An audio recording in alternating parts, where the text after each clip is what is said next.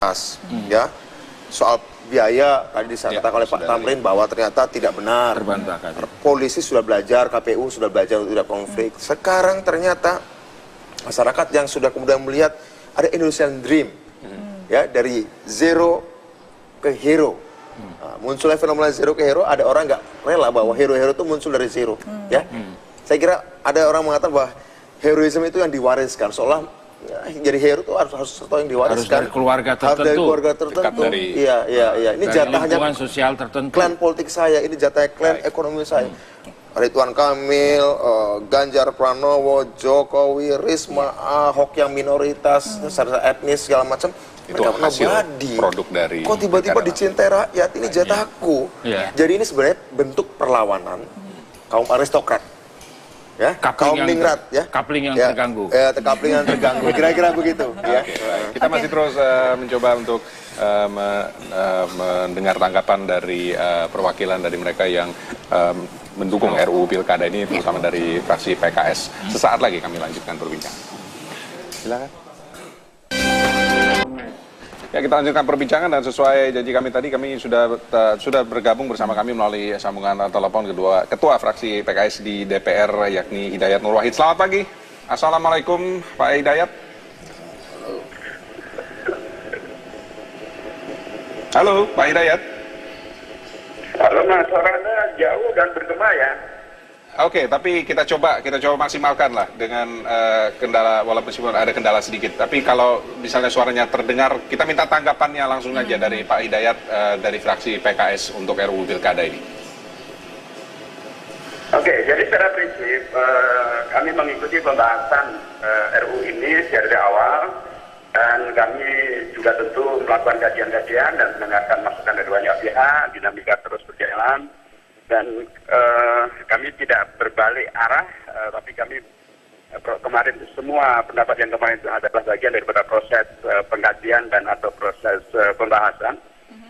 Tapi kami sampai pada kesimpulan terakhir bahwa sikap fraksi PKS atau sikap PKS di DPR terkait dengan pemilihan kepala daerah, baik provinsi, wali kota maupun juga bupati dan para wakilnya merujuk kepada pasal 18 ayat 4 dari Undang-Undang Dasar kita maupun juga pada prinsip permusyawaratan perwakilan dalam Pancasila pasal 4 sila yang keempat itu. Maka kami melihat bahwa pemilihan kepala daerah melalui wakil rakyat itu adalah bagian dari yang konstitusional, bagian dari yang sesuai dengan prinsip Pancasila juga. Jadi kalaupun nanti pilihannya adalah kami memilih kepada dipilih oleh anggota DPRD, oleh wakil rakyat di DPRD itu bagian dari melaksanakan konstitusi di Indonesia dan juga bagian dari melaksanakan ketentuan dari Pancasila itu secara prinsipnya. Sisi yang kedua, tentu kami juga mengkaji bahwa pemilihan kepala daerah secara langsung yang kemarin dilakukan itu ternyata juga menghadirkan anomali, karena dalam semangat kita untuk memberantas korupsi, tapi justru dalam sistem yang kemarin itu menghadirkan ratusan, ya, bahkan lebih dari 300 kepala daerah yang bermasalah dengan KPK. Padahal kan keinginan kita adalah untuk agar reformasi ini semakin baik, maka reformasi birokrasi yang perlu dilakukan. Salah satu diantaranya adalah kalau mereka bisa diminimalkan terjadi kasus-kasus korupsi. Nah, itu bisa terjadi kalau pemilihan kepala daerah itu dilakukan melalui para wakil rakyat yang telah dipilih oleh rakyat. Dengan jumlah mereka yang terbatas itu, mereka akan mudah diawasi, dan karenanya KPUD harus bekerjasama dengan KPK dan PPATK supaya kemudian dalam seluruh prosesnya, termasuk nanti ketika dalam perjalanannya, mereka harus betul-betul dalam pengawasan KPK dan PPATK, sehingga dengan cara itu, dan itu juga yang dimunculkan dalam pasal-pasal terkait dengan rancangan undang-undang yang baru, bahwa kalau terbukti ada yang melakukan money politik atau penyogokan dan korupsi dan lain sebagainya, maka mereka bisa dilikuidir sebagai calon kepala daerah, dan anggota DPRD-nya pun juga bisa langsung diperkarakan. Jadi sekali lagi, keinginan kita juga adalah untuk bisa menghadirkan pilkada yang berkualitas dengan hasil yang mudah-mudahan bisa menjadi lebih berkualitas. Tapi memang harus ada kerjasama antara KPUD dengan KPK dan juga dengan PPATK.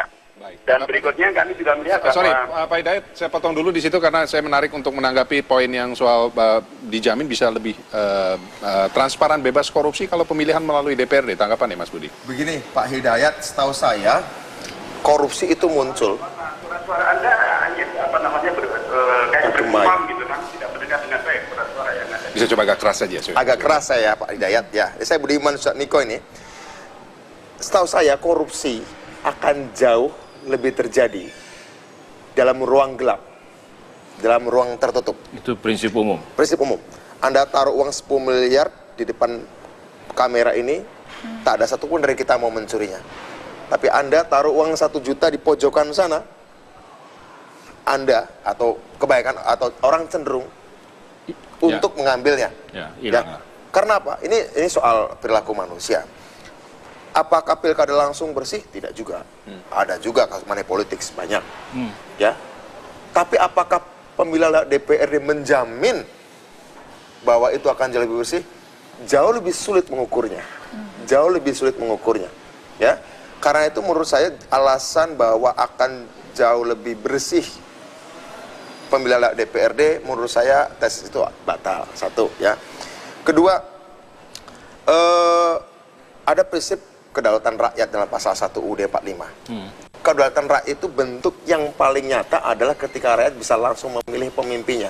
Jadi menempatkan pemilihan kepala daerah secara demokratis memang tafsirnya dua. Bisa langsung, bisa tidak langsung. Tapi dari langsung dan yang tidak langsung, mana yang lebih dekat pada kedaulatan rakyat sesuai pasal 1 Undang-Undang Dasar tahun 1945. Ya, kita membaca pasal UUD itu harus utuh. Menurut saya yang paling dekat dengan kedaulatan rakyat ya pemilihan langsung. Baik. Jadi menurut saya juga langsung bukan bertentangan dengan UUD 45. Itu pastinya. Oke, baik. Silakan tanggapannya lagi terakhir, waktu kita singkat sekali Pak Hidayat. Halo. Sayang sekali terputus. Ini makanya kalau kita ngomong soal transparansi, kalau tadi Pak Hidayat juga sempat mengemukakan dikawal oleh KPK gitu kan, jadi untuk transparansi supaya itu menjamin bahwa ini prosesnya akan transparan. Itu yang lucunya di situ ya. Lucunya di situ. Kalau orang mencoba untuk memperkuat pemberantasan korupsi, KPK-nya yang diperkuat, dan jangan anggota DPR itu coba-coba untuk memperlemah KPK. Ya. Dia harus dikasih wewenang yang makin besar. Karena keadaan masih darurat. Dalam keadaan darurat itu KPK. Jadi memberantas korupsi itu ya intinya di KPK. Kemudian KPK punya roadmap yang memang harus diberikan kepada semua instansi pemerintahan supaya korupsi itu bisa dicegah, bukan hanya dicegah, dari pendidikan pada anak-anak yang anti korupsi sampai pencegahan, sampai penindakan dan seterusnya. Bukan ngotak-ngatik pilkada langsung ya. Iya, dan itu nggak ada sangkut pautnya dengan ini. Pengawalan oleh KPK juga, bukan. Jadi ini orang Jawa bilang dikato-kato ini gitu, disangkut-sangkutkan biar nyangkut gitu. Jadi rada patetik gitu, rada konyol gitu argumen itu sebenarnya. Baik. Ini ada informasi di mana pengamat politik Burhanuddin Muhtadi yang menyarankan agar pengesahan RUU Pilkada ini diundur saja dan diserahkan nanti kepada DPR baru yang akan dilantik Oktober mendatang. RUU Pilkada dinilai perlu dikaji lebih mendalam karena menyangkut konstelasi politik Indonesia ke depan. Saya yakin sekali, kalaupun toh RUU Pilkada diputuskan, akan banyak sekali penolakan dan berujung pada gugatan judicial review ke MK. Jadi kata putusnya sebenarnya bukan DPR, kata putusnya adalah Mahkamah Konstitusi. Dan karena RUU Pilkada sekarang menyangkut hajat hidup orang banyak dan menyangkut konstelasi politik ke depan, sebaiknya RUU Pilkada tidak diputuskan oleh anggota DPR periode sekarang. Mengapa? Karena mereka sudah kehilangan legitimasi. Sebagian besar di antara mereka tidak terpilih lagi sebagai anggota DPR RI berikutnya. Apa salahnya sih ditunda sekian waktu untuk dituntaskan? Mas Bud, bagaimana ini tanggapannya tadi kan? Ketok palunya mendingan sekarang nih, pekan-pekan ini katanya hangat dibicarakan, atau mendingan DPR nanti 20 Oktober mendatang? Tentu saja ini kan sudah berlangsung. Ada kami dari PDI Perjuangan tetap mengikuti proses ini. Soal apakah nanti akan ditunda, lebih baik itu nanti itu ada strategi lain ya, yang nggak perlu saya berceritakan. Nanti akan dibicarakan di tingkat fraksi. Tapi intinya, seandainya worst comes to worst nih, posisi kami dari PDI Perjuangan, dari Hanura, dari PKB ternyata kalah. ya kami akan kembalikan kepada rakyat lagi. Pada akhirnya konstituen dan konstitusi yang memutuskan. Apa itu konstituen?